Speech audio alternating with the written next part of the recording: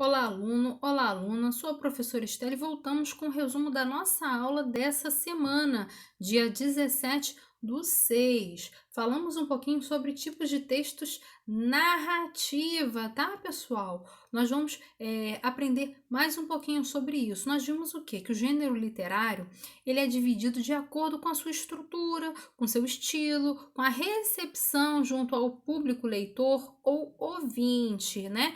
Vimos também que a narrativa, né, a tipologia narrativa, ela foi dividida em três grandes grupos, tá?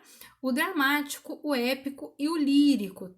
O dramático está voltado mais para as obras teatrais, tá bom? O lírico voltado mais à poesia, né, aos poemas. E o épico ou narrativo está voltado, tá, a o que nós vamos estudar, né? A estrutura narrativa, tá? O gênero narrativo. Nós falamos um pouquinho sobre o conceito, tá? Do que é o gênero, né? Para a gente diferenciar o que é gênero e o que é tipo, tá? A gente viu que o que é gênero? Eles podem ser definidos como unidades formadoras de sentido, ou seja, né? Depende muito do propósito que ele exerce, a intenção discursiva dele, ok? Eu posso usar esse discurso para convencer, para informar, para contar histórias, para opinar, para persuadir, eu posso me posicionar frente a uma situação, frente a uma ideia, tá bom, pessoal? Vimos também que por mais que esse texto ele esteja preso, esteja ligado a um gênero, ele não é fixo, né? Ele consegue se modificar, tá bom? Vimos que os gêneros eles são flexíveis, né? O texto é muito flexível, a gente consegue misturar um pouquinho aí, conversar os gêneros entre eles com a predominância narrativa, e que o tipo textual ele já apresenta uma rigidez, ele tem uma estrutura própria, ele tem uma sequência linguística, ele apresenta um vocábulo específico, certo? Então isso a gente estudou no final do nosso módulo 1, tá? Perdão, no final do livro 1, no último módulo do livro 1, tá bom? E a gente viu o que, né? Os tipos narrativos que a gente tá aqui trabalhando, né? Então tá voltado para o conto, para o romance, a crônica narrativa, as fábulas, né? O relato pessoal, tá bom? Então, finalizando aqui esse assunto, né, de tipologia e gênero textual, a gente percebeu o que, pessoal? Que toda vez que eu for falar, tá, a respeito da apresentação de ideias, eu estou falando de um texto dissertativo. Toda vez que eu for falar da apresentação de seres, de entes, né, que eu estiver fazendo uma descrição, né, dessas situações de paisagens, ambientes, eu estou falando da tipologia descritiva, e toda vez que eu estiver falando a respeito dos fatos, sejam ficcionais ou não, tá? Eu estou falando da narrativa, que é o que a gente vai trabalhar aqui hoje. A gente está trabalhando o quê? A narrativa literária, tá bom, pessoal? E na narrativa literária, a gente aprendeu que a literatura é uma forma de expressão artística, certo, pessoal? É uma manifestação artística, ou seja, existem várias formas da gente se expressar, né? Como já falei para você, né? Aristóteles fez essa divisão com base na análise dele, né? Observando ali, né, a questão de como alcançar esse ouvinte, esse leitor, esse telespectador através de um discurso, através de uma informação que ele quer passar, certo, pessoal? Então, vamos aqui a alguns pontos que a gente trabalhou essa semana. Né? Nós vimos que o texto ele pode ser uma narrativa ficcional e não ficcional, né? A ficcional ela vai trabalhar com o fato do mundo imaginário e a não ficcional com fatos, acontecimentos do mundo real, tá bom? Então a gente tem aí alguns elementos de uma narrativa que são o enredo, o personagem, o tempo, o espaço, o narrador, né? Que é a parte fundamental de uma narrativa, né? A narrativa ela não existe se ela não tiver um narrador. O enredo diz respeito ao que aconteceu, aos fatos e à história. Os personagens é quem vive os fatos. O tempo é quando aconteceu.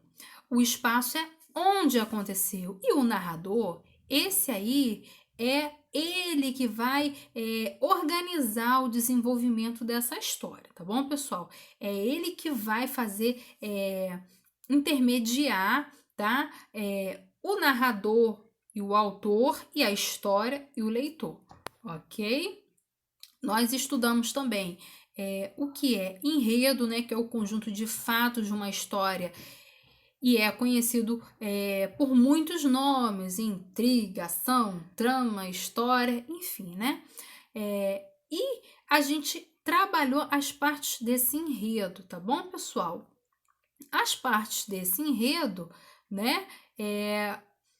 A parte mais importante aí é o que? É o conflito, que faz parte do enredo. Como a gente viu lá, a trama, né? A história, tudo isso aí é o enredo. Então, o conflito é aquela parte que vai determinar a organização, a disposição dos outros elementos, tá bom? Conflito é qualquer componente da história, pode ser personagem, fatos, ambientes, ideias, emoções, que se opõe a outro, criando uma tensão que se organiza os fatos da história e prende a atenção do leitor. Ou seja, é o conflito, tá, do enredo que vai conduzir essa história aí. Então, a gente tem as estruturas composicionais, né? Que é a exposição, né? Ou a apresentação, ou a situação inicial. Temos o conflito, temos o clímax e temos o desfecho. Então, vamos analisar uma a uma aqui rapidinho. A exposição coincide geralmente com o começo da história, no qual são apresentados os fatos iniciais, os personagens e às vezes o tempo e o espaço. Enfim, é a parte o qual o leitor se situa diante a história que irá ler, né? Aquela parte inicial que você consegue compreender aquele apanhado dos fatos que irão suceder ali na trama, tá? A complicação ou conflito também pode ser chamado de desenvolvimento. É a parte do enredo na qual se envolve o conflito ou os conflitos, né? Podem haver mais de um conflito na narrativa, tá bom, pessoal?